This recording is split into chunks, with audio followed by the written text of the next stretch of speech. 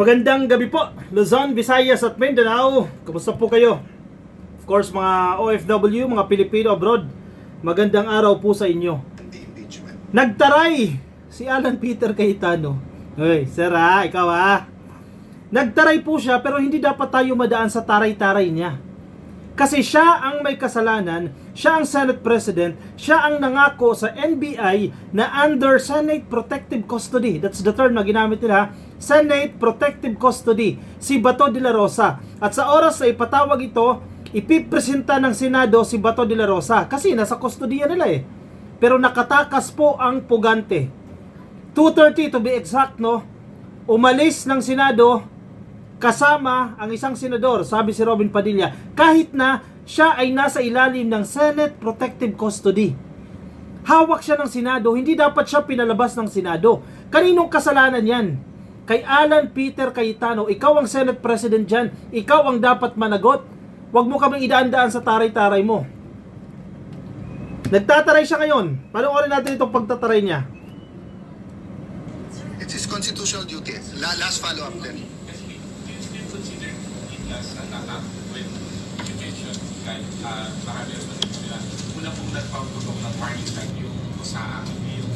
Okay.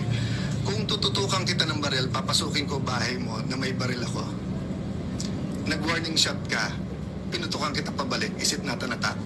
Sorry but I don't think there's any question. The Senate is under attack, was under attack. All of you, your lives were in danger last night. No, I know it's your job to ask a question, but you will tell me, pagka may nagpaputok na warning, hindi under attack yun? My God, we're a democracy. This is the Senate of the Philippines. Please naman. Di ba? Yeah. What do you think happens when there's no democracy? Who's the first casualty? The media. Wala lang media kapag... Ay, nako, Cayetano. Una. Nagsimula ang press con sa mga biblical quotes. I repeat, nagsimula ang press con sa mga biblical quotes. Kasi religious itong si Cayetano. Tapos, sa middle ng press con, at the middle of the press con, boom! Sumabog si si Cayetano. Bila siya sumabog, nagtatanong lang ang media sa'yo. Kasi sabi ni Amy Marcos, under attack ang Senado. Ang taong bayan, hindi naniwala kasi lumabas yung ebidensya na gawa-gawa lang ninyo. Yung sinasabi ninyong under attack, na part lang yan ng drama ninyo. Kitang-kita mismo sa video kung paano nag-prepare ang Senate Sergeant at Arms, kung paano siya nagsuot ng vest, kung paano nila pinaalis yung media. Tapos, nagkakaputukan na relax pa sila. And, inamin nyo mismo yan. Ikaw mismo, Cayetano, ikaw ang umamin na kayo ang unang nagpaputok. Paano naging under attack kayo? Kayo ang unang nagpaputok. Under attack ba yun? Sa inyo nanggaling yung unang putok? Tapos tinanong ka, nagalit ka sa media, nagurumentado ka.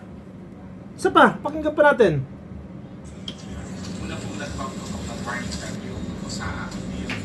Okay. Kung tututukan kita ng baril, papasukin ko bahay mo na may baril ako. Wait lang. Yung analogy niya mali, palyado.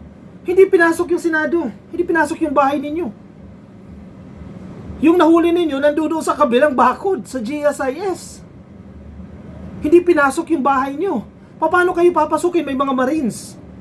Yung mga security ni Robin Padilla, mahaba long firearms Hindi lang basta baril yung dala nila. May mga Marines kayo dyan, may police, napakaraming police, tapos papasukin pa kayo. Yung analogy mo, palpak. Pinutukan kita pabalik, is it not an attack? Sorry but I don't think there's any question. The Senate is under attack, was under attack. All of you, your lives were in danger last night.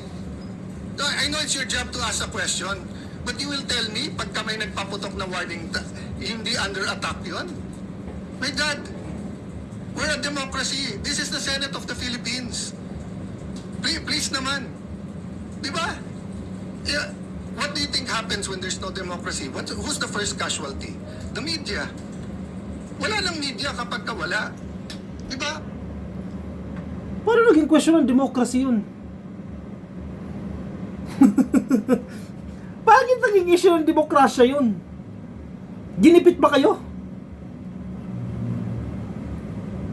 Siniil ba ang inyong karapatang magsalita? Mamahayag yung media? Sinusuppress ba ang media? Paano naging issue ng demokrasya yan? Sir, hindi mo maintindihan. Di ba? Kaya nagdududa sa inyo ang taong bayan kasi marami nagsisirculate na video. Nagbo-buffet pa kayo dyan. Under attack na, naka-buffet pa kayo. Under attack na, nandiyan pa yung mga bisita ninyo. Paano naging under attack yun? Naggawa nyo pang mag-selfie, nagawa nyo pang mag-picture-picture nang nakangiti pa si Amy Marcos? Nang nakangiti si John Vic Rimulya? Yun ba yung under attack? Bopols. Gumagawa kayo ng kwento. Kayo ang gumawa ng drama, ngayon kinikwestiyon kayo sa drama ninyo dahil hindi ka panipaniwala, magagalit ka, hampasin mo yung lamesa. Magagalit ka sa media, sa bagay, sinabihan mo yung traditional media na nabibili yung airtime nila, pwede mong ibigay kahit anong question, etc. Sagutin mo ang media ngayon. Tapos pinalawak nila yung issue, naging issue na ng demokrasya sa Pilipinas. Issue yan ng drama ninyo at issue ni Bato yan kung bakit nagtatago siya dyan sa Senado. Kung bakit ayaw niyang sumuko kahit na may valid warrant of arrest na inisyu ang International Criminal Court na siya ring warrant of arrest. The same warrant of arrest na ginamit. Not literally the same, no? O the same system. The same reasons kung bakit dinala si Digong dyan sa Dahig. Tapos questionin mo yan? Patawa ka. Itong kain suka na to. Hindi lang yan, ha? May pagkapalpak pa itong si Cayetano. Remember, nung nag-pull out yan sa Rome Statute, no? Yung pag-alis natin sa International Criminal Court, may mga ini-insist siya na kinakailangan natin umalis kesyo may batas naman tayo dito sa Pilipinas at dapat tayo umalis na o hindi na maging miyembro ng ICC. Kinain niya rin yan.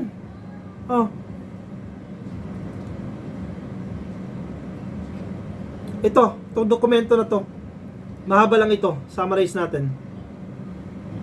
Kain suka ito. Basahin natin, ha. For the Philippines to withdraw from the ICC in 2018, ha, panahon po ni Digong yan, it had to send an official letter to the United Nations. In its letter, the Philippines said that, and I quote, the government affirms its commitment to fight against impunity for atrocity crimes notwithstanding with its withdrawal from the Rome Statute, especially since the Philippines has a national legislation punishing atrocity crimes. End of quote. In the other words, the Philippine government said its withdrawal from the ICC does not mean it will not act to punish crimes against humanity, which are atrocity crimes. Okay, maintindihan din si Cayetano kasi tuta siya ni Digong. Magwi-withdraw kami sa ICC dahil hindi na namin kailangan ng ICC dahil meron kami mga legislations dito sa batas na magpaparusa sa taong maggagawa ng kung anumang krimen. Tapos meron pa siyang sinasite na batas. That, and I quote again, national legislation punishing atrocity crimes that the letter refers to is RA 9851. Remember, Republic Act number 9851. That law was passed in 2009, 2 years before the Philippines joined the ICC. The RA 9851 gives two options to the Philippine government in punishing crimes against humanity. Number one, a crime against humanity case filed in the Philippine court, or if a person is already under investigation or subject to an arrest. Ulit, take two. Unang option, kapag ang isa pong crimes against humanity case ay isinampa sa isang korte dito sa Pilipinas. That's the first one. Second, the person is already under investigation or subject to an arrest warrant at the ICC. Surrender that person to the ICC. Yan po yung nakalagay doon sa Republic Act number 9851. Si Digong under investigation pa ng ICC. Yung investigation na yan ay nag-ugat noong miyembro pa ang Pilipinas ng ICC. Valid po yan. Nakalagay po sa Republic Act 9851 na siyang ginamit, na siyang reference ni Alan Peter Cayetano sa pag-withdraw or ng Pilipinas, not ni Cayetano ha, ng Pilipinas, ng gobyerno ng Pilipinas para makaalis tayo sa ICC. Ginamit natin itong RA 9851. Tapos, ang isa sa mga sponsors ng RA 9851, walang iba kundi si Cayetano. Ikaw mismo nag-sponsor ng batas na yan, tapos ngayon kain suka ka. Ikaw din ang pumirma na yan, sa liham na yan. Sa United Nations na nagwi-withdraw tayo sa ICC. Tapos kain suka ka ngayon. Common sense, batas ng Pilipinas yan, RA 9851, dapat ang ginawa mo, sinurrender mo si Bato. Pero hindi mo sinurrender. Bakit hindi mo sinurrender, Aber? May batayan tayo, RA 9851, na ikaw mismo ang sponsor dyan sa Senado. Kasi nga ni, kain suka nga ni, ngayon, dadaan sa taray-taray niya. Ano na, Cayetano? May pananagutan ka, ikaw dapat ang managot kung bakit nakatakas si Bato.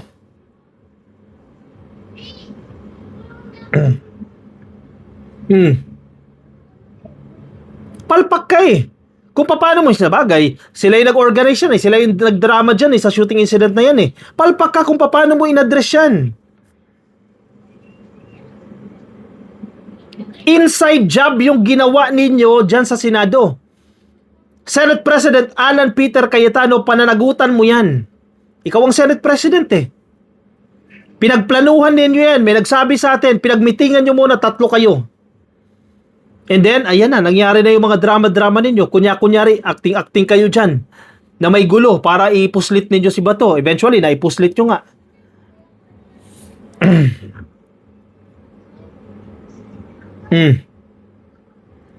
Kasi gusto nyo kaawaan kayo.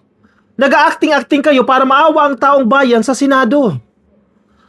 Para kampihan kayo kasi palpak kayo dyan. Inagaw ninyo yung leadership kay Tito Soto. Pinilit mong papasukin si Bato. Ikaw yung nag-arrange. Ikaw yung nagpalusot kay Bato para makapasok sa Senado. Para makuha yung isa niyang boto. Dahil kapag pumasok si Bato, had the higher chance, which is nangyari na nga, tumaas yung chance nyo na maagaw yung leadership. Nakuha nyo at ikaw na ngayon ang Senate President. Kasi mga kakampi kayo ni Sara Duterte. Puprotektahan nyo si Sara sa impeachment dahil ayaw nyo siyang matanggal dahil kakampi nyo siya.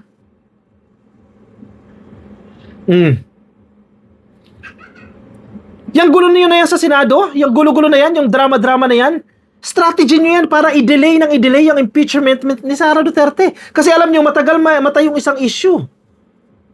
Kaabuti ng ilang araw yung issue na yan dyan ni Bato. No, na-delay na nang na-delay. O mag-aaway-aaway ng mga senador. Kanina nagsasalita na si Erwin Tulfo, etc. O magkakaiba na kayo ng sinasabi, away kayo, away. O hindi na kayo nakapag-convene ng impeachment court. Na-delay nang na-delay itong impeachment, si Sara na naman na makikinabang dyan. Oh, lahat ito gagawin ninyo para kay Sara Duterte na nagnakaw sa kaban ng bayan. Oy, huwag naman ganoon. Cayetano, galaw. Oh, sabi mo, nilakasan mo pa oh. Galaw, sir. Huwag kang pikon. O siya, komento ang inyong opinion, reaction dyan sa comment section para mabasa po ng iba nating ka-coffee na sa Facebook. Please, like and follow YouTube, subscribe, TikTok, subscribe. Nabubulol-bulol na tayo. Kita-kita tayo sa aking susunod na video. Bye-bye.